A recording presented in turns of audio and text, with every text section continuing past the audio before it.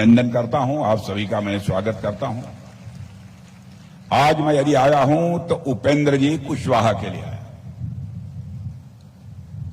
आप यह पूछेंगे उपेंद्र जी कुशवाहा के लिए क्यों आए हैं? क्योंकि हमारे यह एनडीए के सहयोगी हैं, एनडीए के नेता हैं, और जब यह जीत कर भारत की संसद में पहुंचेंगे तो प्रधानमंत्री बनाने का सवाल खड़ा होगा तो श्री नरेंद्र मोदी को ही भारत का प्रधानमंत्री बनाने के लिए अपना पुरजोर समर्थन देंगे।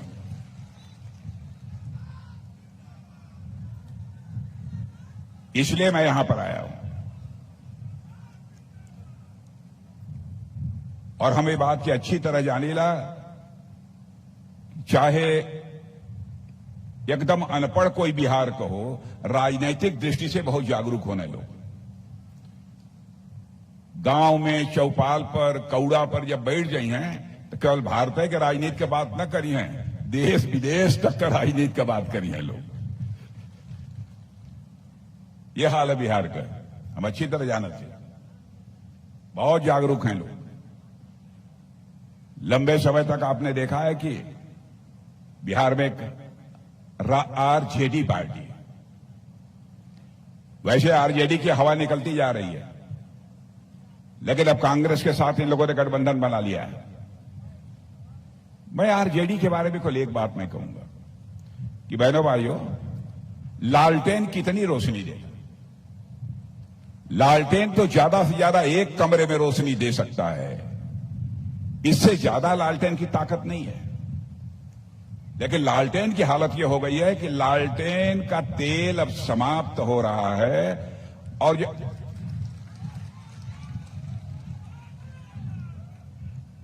आई घरे में देखले हुआ तो हम लोगन कि जब लालटेन का तेल जब खत्म होए लगा ला तो बत्तियां भभकैले नहीं लगे। पुरान लोग जब बैठे मालूम हो लालटेन नया लड़का न जानत हुई है, जब भभके लगा तो मान ला कि लालटेन बुझाए वाली है और एक तेल खत्म है। यह हाल आरजेडी के लालटेन का ही। कांग्रेस की हालत तो ये हो गई है, कांग्रेस की हालत तो ये हो गई है कि 10 साल के बाद आपके घर को कोई बच्चा हो या आप पूछबा कि कांग्रेस, तो कहेगा कौन कांग्रेस? जैसे दुनिया की धरती से डायनासोर लुप्त हो गया है, वैसे ही भारत की राजनीति से यह कांग्रेस 10 वर्ष के बाद लुप्त हो जाएगी। आप देख रहे होंगे 52 वर्षों तक अखंड हुकूमत इस हिंदुस्तान में यदि किसी ने किया है तो कांग्रेस ने किया है। बहनों भाइयों, भारत को दुनिया में जो ऊंचाई हासिल कर लेनी चाहिए थी, भारत का कद जितना बड़ा होना चाहिए था दुनिया में, 52 वर्ष तक हुकूमत करने के बाद भी भारत का कद उतना ऊंचा नहीं हो पाया। आप यहां के लोग जो विदेशों में रहते होंगे, आप उनसे पूछिएगा 10 साल पहले भारत के बारे में दुनिया के देशों में क्या धारणा थी और आज दुनिया के देशों में भारत के प्रति क्या धारणा है। पहले दुनिया के मंचों पर, अंतर्राष्ट्रीय मंचों पर भारत यदि बोलता था तो भारत की बातों को लोग गंभीरता पूर्वक नहीं लेते थे, कहते थे भारत यह तो कमजोर भारत है, गरीब भारत है। क्या हम इसकी बात सुने? बहनों भाइयों, हालात बदल गए हैं। आज भारत यदि दुनिया के मंचों पर बोलता है, सारी दुनिया कान खोलकर सुनती है। दुनिया कान खोलकर सुनती है कि भारत बोल क्या रहा है। यह भारत की हैसियत सारी दुनिया में बनी है। यहां तक भी महंगाई का प्रश्न है, हमारे पास आंकड़े हैं, मैं आंकड़े दे सकता हूं। दुनिया में सभी देशों में सबसे कम महंगाई यदि कहीं पर है तो भारत में। कोई हमसे प्रमाण मांगेगा तो मैं प्रमाण देने को तैयार हूं। मैंने तैयार कराया है और इसको लेकर मैं चल रहा हूं। मैं प्रेस के दोस्तों से भी कहूंगा कि आप इसे जरूर नोट कर लें। महंगाई का जहां तक सवाल है, भारत की खाद्य महंगाई सबसे कम है, 2.91%। अमेरिका में 7.7% है। फ्रांस में 19% है, ऑस्ट्रेलिया में 8.5% है, पाकिस्तान में 48% महंगाई है, ब्रिटेन 19%, जर्मनी 8% और जापान 8.5% और श्रीलंका में 21%। बतलावा सबसे कम 2.91 माने 3% से भी नीचे महंगाई दुनिया में कौनो देश में है तो हमारे और आपके देश इस भारत में है मेरे बहनों भाई। और मैं कहना चाहता हूं कांग्रेस और आरजेडी के नेताओं से कि यदि आप हमारी बात को काट सकते हो तो काट दीजिएगा,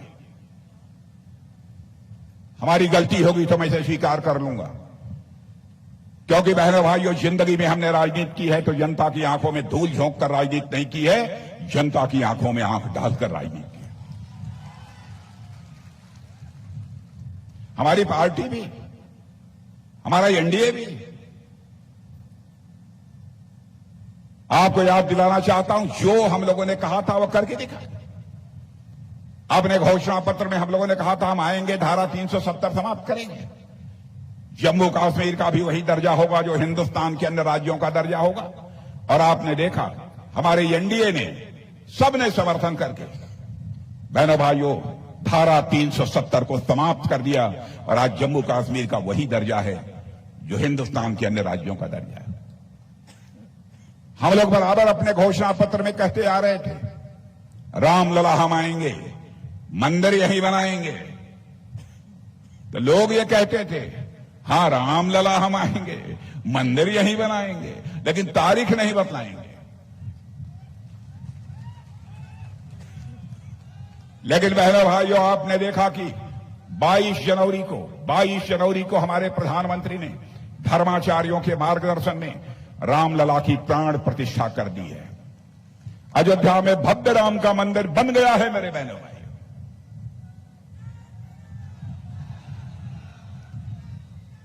और मेरी बात आप सुन लीजिए, रामलला अपनी कुटिया से, अपनी झोपड़ी से निकलकर अपने महल में प्रवेश कर चुके हैं। भारत में राम राज्य का आगाज होकर रहेगा, मैं दावे के साथ कहता हूं। लोग कहते हैं कि राम राज्य कैसे आ जाएगा, राम राज्य किसे कहते हैं। मैं कहता हूं जिस दिन लोगों को अपने कर्तव्य का बोध हो जाएगा कि हमारी जिम्मेदारी परिवार के प्रति, समाज के प्रति और देश के प्रति क्या बनती है, जिस दिन इसका बोध, जिस दिन इसका ज्ञान हो जाएगा, उसी दिन मैं मान लूंगा कि भारत में राम राज्य आ गया। कैकेयी के अंदर यह कर्तव्य बोध नहीं था, कैकेयी के अंदर अधिकार बोध था, हमारा पुत्र ही गद्दी पर बैठना चाहिए। इसी कारण मर्यादा पुरुषोत्तम भगवान राम को 14 वर्षों का वनवास लेना को सहना पड़ा था। यह काम कहा था, हम लोगों ने करके दिखा दिया। बहुत सारी ऐसी चीजें। अब 3 तलाक को हमने समाप्त कर दिया तो कहते हैं कि भारतीय जनता पार्टी हिंदू मुसलमान के बीच नफरत पैदा करती है। बहनों भाइयों, हिंदू मुसलमान के प्रति नफरत पैदा करने का सवाल ही नहीं खड़ा होता। जो भी भारत का नागरिक है, हिंदू होगा, मुसलमान होगा, ईसाई होगा, यहूदी होगा, जो भी भारत का नागरिक है, हम सब एक परिवार के तरफ से हम ऐसा मानते हैं। लेकिन हम राजनीति धर्म की नहीं करते, तुष्टीकरण की नहीं करते, हम इंसाफ और इंसानियत की राजनीति करते। मां, बहन, बेटी किसी भी जात की हो, किसी भी धर्म की मानने वाली हो, चाहे वह ईसाई हो, चाहे मुस्लिम हो, चाहे यहूदी हो, चाहे हिंदू, बहनों भाइयों, हम एनडीए के लोगों के लिए वो मां, बहन, बेटी, हमारी भी मां, बहन, बेटी है, हम लोग ये मानकर चलते हैं। कोई ये कहे कि साहब 3 तलाक आपने समाप्त कर दिया, दूसरे धर्म का मामला है। बहनों भाइयों, हम लोगों ने इसकी चिंता नहीं की। क्या आरोप लगेगा? कैसे हम किसी को इजाजत दे सकते हैं कि आप किसी महिला से शादी करें और 10 दिन के बाद 3 बार तलाक तलाक तलाक बोलकर उसको छुट्टी कर दें? उससे रिश्ता तोड़ दें। कैसे कोई इंसान इसे बर्दाश्त कर सकता है?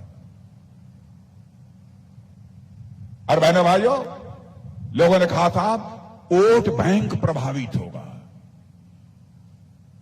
मैंने कहा कि हम लोग केवल वोट की राजनीति नहीं करते, हम केवल सरकार बनाने की राजनीति नहीं करते, हम देश बनाने की राजनीति करते हैं, समाज बनाने की राजनीति करते हैं। इसलिए हम लोगों ने समाप्त कर दिया। जो कहा सो किया। गरीबी का जहां तक सवाल है, सब बात छोड़िए, ईमानदारी से आप बतलाइए। आज यदि 5 किलो मुफ्त राशन लोगों को मिल रहा है कि नहीं मिल रहा है? ईमानदारी से बोलिए, हमसे सिपहिया मत, हम गांव का रहे वाला ही कुल जानिए। एक घरे में यदि 4 लोग हुआ तो चारों लोग 5-5 किलो ले लें। सही बात हो कि नहीं? सही बात है ना? जब पूरा खाए नहीं पहुंचता तो ले जाके कुछ बेच भी दे रहे कुछ महीना। बहनों भाइयों, कभी भी नहीं हो सकता, न कभी हुआ और न भविष्य में कभी होगा। यह काम 56 इंच चौड़े के सीने वाला प्रधानमंत्री नरेंद्र मोदी ही कर सकता है बहनों भाइयों, और कोई दूसरा नहीं कर सकता। देखिए क्या ताकत है आज भारत की। रूस और यूक्रेन के बीच लड़ाई चल रही है, आप लोगों को जानकारी है? कितने लोगों को जानकारी है? रूस और यूक्रेन के बीच में वर्षों से लड़ाई चल रही है। बराबर रूस की तरफ से बम, गोले, तोप, मिसाइलें चल रही, यूक्रेन की तरफ से बम, तोप, गोले, मिसाइलें चल रही। यूक्रेन में हमारे लगभग हजारों बच्चे, भारत के रहने वाले बच्चे, वहां पर कोई डॉक्टरी पढ़ रहा था, कोई इंजीनियरिंग पढ़ रहा था, कोई मैनेजमेंट का कोर्स कर रहा था। उनके माता पिता जो भारत में रहते थे, उन्हें इस बात की चिंता हुई, ये बराबर मिसाइल, बम, तोप और गोले चल रहे हैं, क्या होगा हमारे बच्चों का? यदि एक भी मिसाइल जहां हमारे बच्चे रहते हैं वहां गिर गई तो हमारे बच्चों की जिंदगी नहीं बचेगी। आंखों में आंसू लेकर उनके माता पिता जो भारत में रहते थे हमारे प्रधानमंत्री से मिले और कहा कि मोदी जी, चाहे जैसे भी हो, जो करना पड़े, हमारे बच्चों को यूक्रेन से आप बाहर निकालकर भारत ले आइए। बहनों भाइयों, मैं साक्षी हूं, प्रधानमंत्री ने क्षण भर की देर नहीं लगाई, टेलीफोन उठाया, रूस के राष्ट्रपति मिस्टर पुतिन से बात की और यूक्रेन के राष्ट्रपति मिस्टर जेलेंस्की से बात की। और आपको जानकर खुशी होगी, 4.5 घंटे के लिए युद्ध रुक गया और 22,000 बच्चे हमारे यूक्रेन से चलकर भारत आए। यह है भारत की ताकत। क्या कभी आपने कल्पना की थी यह दिन भी हमको देखने को मिलेगा? एक से एक काम। अभी उपेंद्र कुशवाहा जी, राधा मोहन सिंह जी बतला रहे थे कि गवर्नमेंट ने क्या किया है आप लोगों के लिए। बहनों भाइयों, हम ऐसा नहीं मानते कि आपके ऊपर कोई एहसान किया है। आपको यदि पक्का घर दिया है तो एहसान नहीं किया, शौचालय बनवाया है तो एहसान नहीं किया। हम भले ही सत्ता में हो, हम शासक के रूप में काम नहीं करते हैं, बल्कि हम एक सेवक के रूप में काम करते हैं। मेरे बहनों भाइयों, यह हमारा फर्ज था, हमारी जिम्मेदारी। दूसरी राजनीतिक पार्टियां तो बराबर शासक के रूप में जब सत्ता सिंहासन पर बैठ जाती हैं तो ताकत का, सत्ता में बैठने का एक अहंकार उनके मन के अंदर पैदा हुआ है। बहुत सारे ऐसे काम। अभी गैस सिलेंडर की बात कर रहे थे। अच्छा किया उपेंद्र जी ने गैस सिलेंडर पहले से ही अपना चुनाव चिन्ह बना लिया। गैस सिलेंडर तो बाद में बनना शुरू हुआ, आपका चुनाव चिन्ह पहले का है। बताइए, ये जानते थे कि मोदी जी आएंगे, गैस सिलेंडर बांटेंगे, इसलिए पहले से गैस सिलेंडर अपना बना लिया। अब 5 लाख रुपए तक का मुफ्त इलाज, 5 लाख रुपए तक का मुफ्त इलाज। और देखिए, पहले तो गरीब लोगों की बात थी, लेकिन आज मैं यहां कहने के लिए आया हूं, चाहे किसी जाति का कोई हो, किसी धर्म का हो, यदि 70 साल से ऊपर की उसकी उम्र हो गई है तो उसका 5 लाख रुपए तक का मुफ्त इलाज किया जाएगा, चाहे आपके घर में दादा दादी पिता 2 लोग 3 लोग 4 लोग जो 70 साल के उम्र के होंगे, किसी जाति के होंगे, चाहे उनकी आमदनी जो भी होगी, उनका मुफ्त इलाज किया जाएगा। और जून के अंतिम सप्ताह में ही यह आदेश जारी कर दिया। हम लोग लंबा समय नहीं लेते। अब मैं नहीं जानता, हो सकता है कि हमारी पहली कैबिनेट पे ही प्रधानमंत्री जी फैसला ले रहे, लेकिन यह होकर रहेगा। छोटी छोटी चीजों की तरफ हमारा ध्यान दिया। अब जब कोरोना की बात मैं करूं, यह बतलाइए ईमानदारी से, कोरोना का टीका जितने लोग आप बैठे हैं, सबको कम से कम 2-2 डोज तो जरूर लगा होगा, पक्का। किसी को 3 डोज भी लगा है। यदि लगा हो तब तो ताली बजाइए, न लगा हो तो मत बजाइए। अरे पिछवा बैठल हुआ कुछ लोगों का तो है नहीं लगा का एकदम किनारे तो लोन का चुप्पी साथ घर में लगा थे का।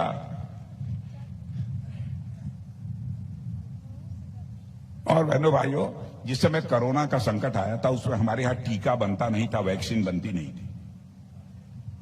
प्रधानमंत्री ने हमारे वैज्ञानिकों की हौसला अफजाई की और कहा कि जितना पैसा लगेगा हम देंगे, आप आगे बढ़ो, कोरोना का टीका बनाओ। और वैज्ञानिकों ने करिश्मा कर दिया बहनों भाइयों, कोरोना का टीका बनाया। भारत में 140 करोड़ लोगों को कम से कम 2 डोज का टीका लगा है और दुनिया के 110 देशों में हम लोगों ने कोरोना के वैक्सीन, कोरोना के टीका को मुहैया कराया है। यह है आपका भारत, यह है आपका भारत।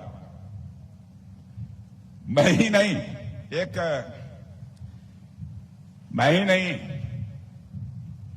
एक पाकिस्तान के हैं सांसद फजलुर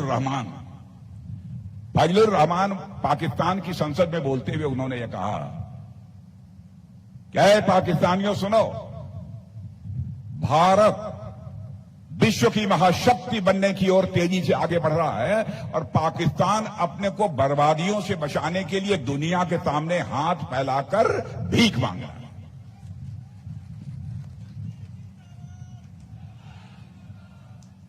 यह मैं नहीं कह रहा हूं, यह पाकिस्तान के सांसद ने कहा है।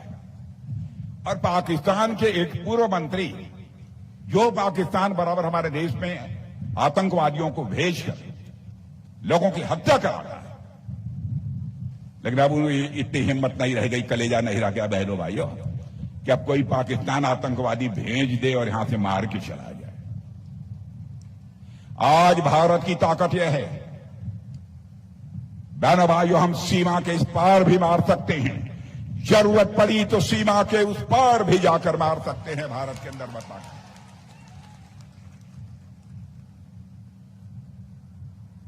तमाशा बना दिया है। इसलिए मैं कहने आया हूं कि आप सबका समर्थन मिलना चाहिए भाइयों भाई। जाति पात पंथ धर्म इस सब मत जाइए। राजनीति केवल सरकार बनाने के लिए नहीं होती है, राजनीति देश बनाने के लिए होती है। ब्याह शादी रिश्ते यह तो जात के आधार पर होते हैं, हमें कोई आपत्ति नहीं, यदि होती है। कहीं कोई दूसरी जगह भी कर ले तो अलग की बात है, उसमें भी मुझे कोई आपत्ति नहीं है। लेकिन राजनीति में देश का सवाल है, देश के मान सम्मान स्वाभिमान का सवाल है। और स्वाभिमान किसी भी मनुष्य के हृदय की सबसे बलवती भावना होती है, सबसे स्ट्रांग फीलिंग, सबसे बलवती भावना भी कोई इंसान की होती है तो स्वाभिमान की भावना होती है। आप सड़क पर जा रहे हो, कोई आपको गाली दे दे, आप भले ही उससे लड़ने लायक ना हो, लेकिन पत्थर उठा के एक बार उसको मार ही देंगे। यह होती है स्वाभिमान की भावना। चंद्रशेखर आजाद, सरदार भगत सिंह, खुदीराम बोस, अशफाकुल्ला खान। अशफाकुल्ला खां की 21 साल की जवानी थी। मां कहती थी, बेटा अशफाकुल्ला शादी कर लो। बराबर मां की बात को अशफाकुल्ला टाल देता। अंग्रेजों की हत्या करने के मामले में फांसी की सजा हो गई और अशफाकुल्ला को जब फांसी के तख्त पर ले जाया गया तो मजिस्ट्रेट ने पूछा, बोलो अशफाकुल्ला, तुम्हारी अंतिम मुराद क्या है? जो भी तुम्हारी अंतिम मुराद होगी, यह संदेश तुम्हारी मां तक पहुंचा दिया जाएगा।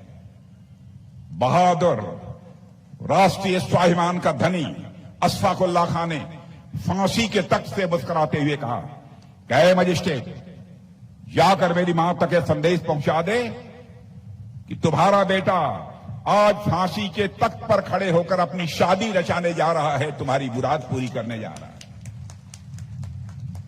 मजिस्ट्रेट ने पूछा, कहां है वह लड़की जिसे तुम फांसी के तख्त पर खड़े होकर शादी रचाने जा रहे हो? जानते हैं स्वाभिमानी अशफाकुल्लाह खान ने क्या कहा था? ऐ मजिस्ट्रेट, क्या तुम अंधे हो गए हो? तुझे दिखाई नहीं देता है? देखो मेरे आंखों के सामने जो यह फांसी का फंदा है, यही वो हमारी महबूबा है जिसे आज मैं गले से लगाने जा रहा हूं, जिसके साथ मैं शादी रचाने जा रहा हूं। तब यह भारत आजाद हुआ है। चंद्रशेखर आजाद, सरदार भगत सिंह, सब, खुदीराम बोस। राष्ट्रीय स्वाभिमान की भावना बड़ी प्रबल होती है मेरे बहनों भाई। सीमा पर जाइए, आपके घर के बच्चे होंगे, जब दुश्मन गोली चलाता है तो वो नहीं देखते हैं कि हमारी जिंदगी रहेगी कि नहीं रहेगी, सीने का बटन खोलकर मुकाबला करते हैं। अब आपने देखा होगा, पहले कांग्रेस के शासनकाल में बराबर आतंकवादी वारदातें होती थी, अब वो समाप्त होती जा रही है। अब शायद एक आध कोई आतंकवादी वारदात हो, या हो सकता है हो जाए कभी महीने डेढ़ महीने में, तब सब बंद है। इसलिए मैं कह रहा हूं, देश तेजी के साथ आगे बढ़ रहा है। बहनों भाइयों, इधर उधर की बातों में आने की जरूरत नहीं है। उपेंद्र कुशवाहा को उनके चुनाव चिन्ह गैस के सिलेंडर का बटन दबाइए और भारी मतों से विजय दिलाकर उनको भेजिए।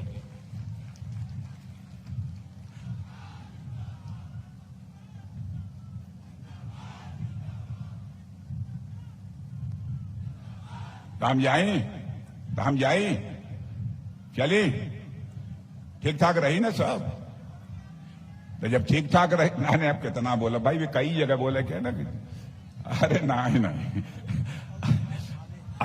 ऐसा बा उपेंद्र कुशवाहा जी के कहा कि मान ला कि जीत आप लोग जिता दे भाई यहां से, तो उनके कहा कि एक बार फिर से मीटिंग बुला लिया काराकाट का, बुला लिया।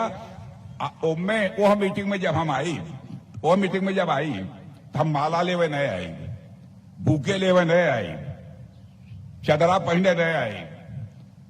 वो मीटिंग में हम आई तो शीश झुका के आप लोगों के प्रति आभार व्यक्त करने के लिए आई।